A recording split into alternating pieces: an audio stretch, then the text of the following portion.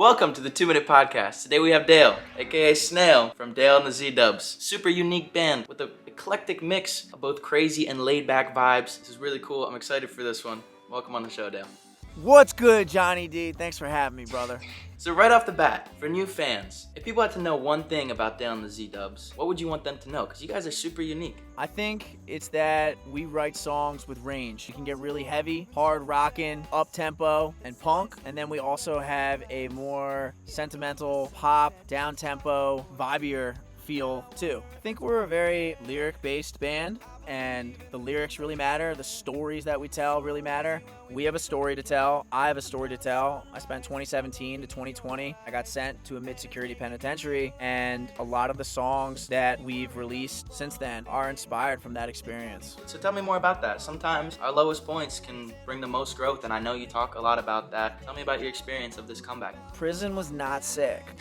I kept to myself, worked out a lot. Over those 3 years, I never stopped writing. Being in the penitentiary, it's a songwriter's food. The way people talk, the verbiage, the colloquialisms, so many sayings and cool phrases that I thought was so interesting and so poetic. I would take notes and write them down, and I'd put them in songs. The name of our last album, Off the Rip, is something people would always say in the penitentiary. And then that combined with people's stories. Johnny Freight's a song we released. That entire story was handed over to me from someone I befriended. And of course, prison sucked. And of course, I regret putting my friends, family, and bandmates through that while I was gone. But we're here now, and the experience, while it took a lot of time away from me and those working with me and my family and friends, I feel like the band has a perspective now and a story and things to say that it never otherwise would. That's why I love you guys. You bring such a unique perspective, and you're able to give that to us in a format like a song. You guys are disrupting, and I think in art, that's a really special and important thing. I love what you guys are doing.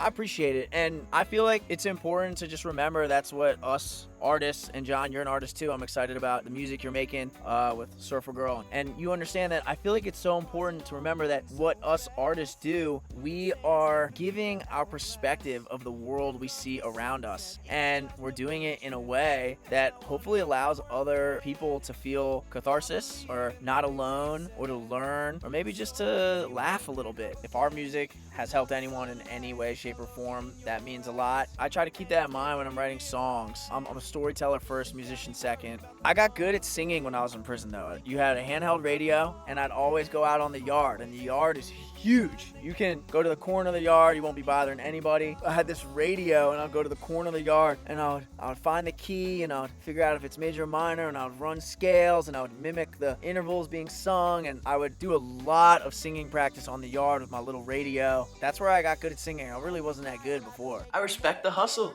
I dig it. Can you tell me a funny and quick tour story? Yeah, sure. So we were in something a Villeberg place at a gas station, and the guys thought I was sleeping in the back row, and they actually drove all the way from where we were in North Carolina to South Carolina. They were driving for over an hour to then realize that I was not in the back. I was just waiting at the gas station, and I didn't have my phone. I went and found a store that had a computer so I could email the guys, "I'm at the gas station. I'm still here. You guys left without me." They finally, after a couple of hours, came back and got me.